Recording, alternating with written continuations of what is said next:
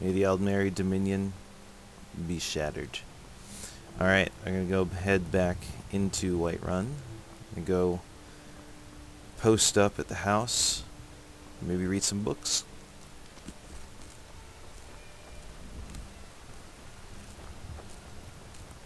You kid.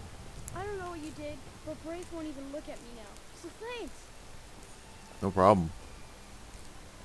Come to chat with Shouldn't be outside the city walls, though. It's dangerous for a kid. I got attacked by a random crazed elf madman just down the street from here.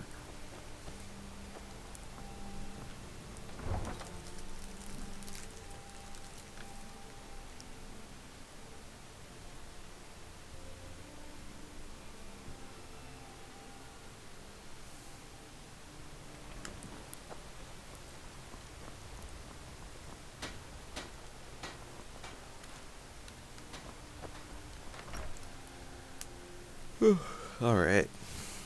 Time to read some more.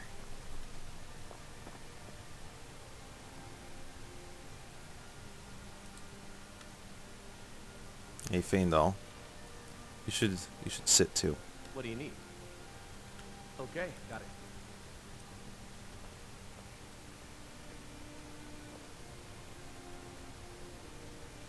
Anything else? What do you need? Sit down.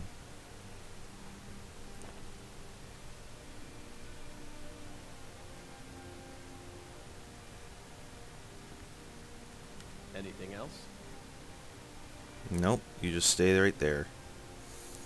We're gonna have a little reading sesh. We'll do Thief by Reven.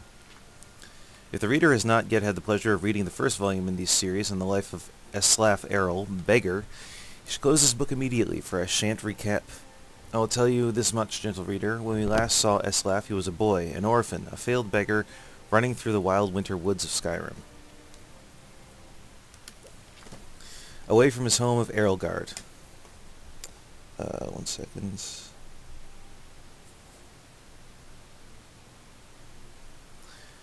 He continued running, stopping here and there for many more years, until he was a young man. Eslaf discovered that among the ways of getting food, asking for it was the most troublesome. Far easier was finding it in the wilderness, or taking it from unguarded market stalls. The only thing worse than begging to get the food was begging for the opportunity to work for the money to buy it. That seemed needlessly complicated. No, as far as Eslaf was concerned, he was the best off being a scavenger, a beggar, and a thief. He committed his first act of thievery shortly after leaving Erelgard, while in the southern woods of Temburkar, in the rugged land near Mount Jensen, just east of the village of Horbeld. Eslaf was starving, having not eaten anything but a rather scrawny raw squirrel in 4 days, and he smelled meat cooking and then found the smoke. A band of minstrel bards was making camp. He watched them from the bushes as they cooked, and joked, and flirted, and sang. He could have asked them for some food, but so many others had refused him before. Instead, he rushed out, grabbed a piece of meat from the fire, and wincing from the burns, scrambled up the nearest tree to devour it, while the bards stood under him and laughed. "What is your next move, thief?" giggled a fair, red-headed woman who was covered with tattoos. "How do you intend to disappear without us catching and punishing you?" As the hunger subsided, Eslaf realized she was right. The only way to get out of the tree without falling in their midst was to take the branch down to where it hung over a creek. It was a drop off a cliff of about 50 feet. That seemed like the wisest strategy, so Eslaf began crawling in that direction. "You do know how to fall, boy," called out a young Khajiit, but a few years older than Eslaf, thin but muscular, graceful in his slightest movements. "If you don't, you should just climb down here and take what's coming to you. It's idiotic to break your neck when we just give you some bruises and send you on your way." "Of course I know how to fall," Eslaf called back, but he didn't. He just thought the trick to falling was to have nothing underneath you and let nature take its course. But 50 feet up, when you're looking down, is enough to give anyone pause. "I'm sorry to doubt your abilities, Master Thief," said the Khajiit, grinning. "Obviously you know how to fall feet first with your body straight, but loose to avoid cracking like an egg. It seems you are destined to escape us." Eslaf wisely followed the Khajiit's hints and leapt into the river, falling without much grace, but without hurting himself. In the years that followed, he had to make several more drops from even greater heights, usually after a theft, sometimes without water beneath him, and he improved the basic technique. When he arrived in the western town of Jotunheim on the morning of his 21st birthday, it didn't take him long to find out who was the richest person, most deserving of being burgled. An impregnable palace in a park near the center of town was owned by a mysterious young man named Swoibud Suoibud. What the fuck kind of name is that? Eslaf wasted no time in finding the palace and watching it. A fortified palace, he had come to learn, was like a person, with quirks and habits beneath its hard shell. It was not an old palace. Evidently, whatever money the Siobud had come into was fairly recent. It was regularly patrolled by guards, implying that the rich man was fearful of being burgled. With good reason. The most distinctive feature of the palace was its tower, rising 100 feet above the stone walls, doubtless giving the occupant a good defensive view. Eslaf guessed that if Siobud was as paranoid as he guessed him to be, the tower would also provide a view of the palace storehouse. The rich man would want to keep an eye on his fortune.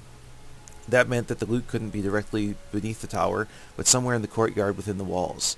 The light in the tower shone all night long, so Eslaf boldly decided that the best time to burgle was by the light of day, when Siobud must sleep. That would be the time the guards would least suspect the thief to pounce. And so, when the noon sun was shining over the palace, Eslaf quickly scaled the wall near the front gate and waited, hidden in the crenellations. The interior courtyard was plain and desolate, but with few places to hide. Hold on a second. Crenellations. That's a really cool word. I don't know what it means, so I'm going to write it down. But he saw that there were two wells. One the guards used from time to time to draw out water and slake their thirst. But Eslaf noted that the guards would pass by the other well, never using it. He waited until the guards were distracted just for a second by the arrival of a merchant in a wagon, bearing goods for the palace. While they were searching his wagon, Eslaf leapt elegantly, feet first, from the wall into the well. It was not a particularly soft landing, for, as Eslaf had guessed, the well was not full of water, but gold. Still, he knew how to roll after a fall, and he didn't hurt himself. In the dank subterranean storehouse, he stuffed his pockets with gold and was about to go to the door, which he assumed would lead to the tower, when he noticed a gem the size of an apple, worth more than all the gold that was left. Eslaf found room for it down his pants. The door did indeed lead to the tower, and Eslaf followed its curving stairwell up, walking quietly but quickly. At the top he found the master of the palace's private quarters, ornate and cold, with invaluable artwork and decorative swords and shields on the walls. Eslaf assumed the snoring lump under the sheets was Siobud, but he didn't investigate too closely. He crept to the windows and looked out. It was going to be a difficult fall, for certes. He needed to jump from the tower, past the walls, and hit the tree on the other side. The tree branches would hurt, but they would break his fall, and there was a pile of hay he had left under the tree to prevent further injury. Eslaf was about to leap when the occupant of the room woke up with a start, yelling, "My gem!" Eslaf had it's a typo. Eslaf had stared at him for a second, wide-eyed. They looked alike, not surprising since they were brothers. Eslaf Errol's story is continued in the book Warrior.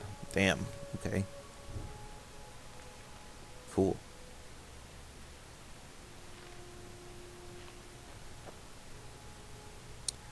We'll put Thief on this one. And I guess we'll read Galerion the Mystic also.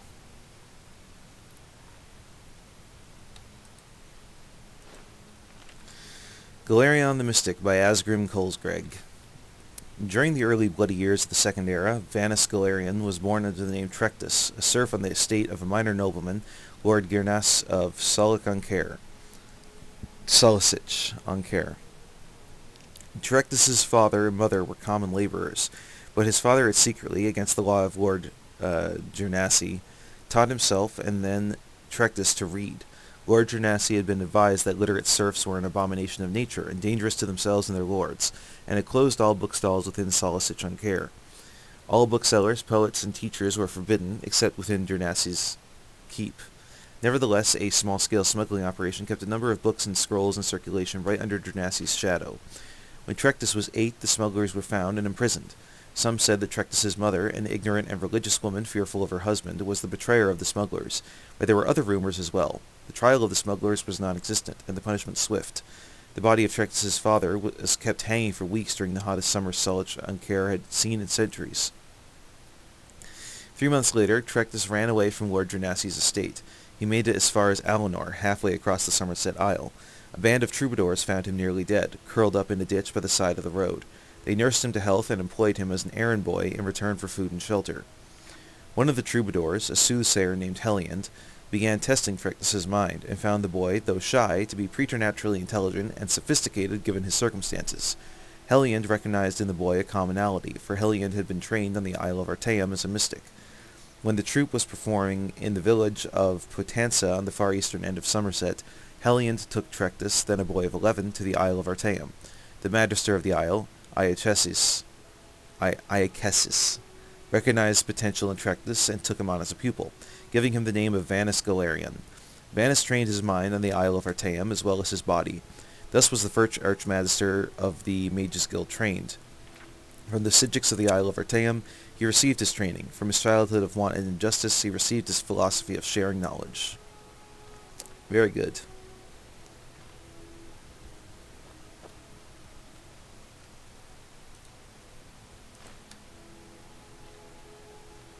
Ooh. I don't like the way that, let's just reload that real quick.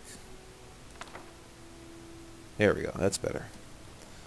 Alright, well, that's going to be it for this installment of the Elder Scrolls Skyrim. I hope you enjoyed this installment, and I know I did. Read some books, completed a quest, leveled up, all good stuff, good stuff. So yeah, hope you enjoyed, and I'll see you in the next one. Till then, peace out.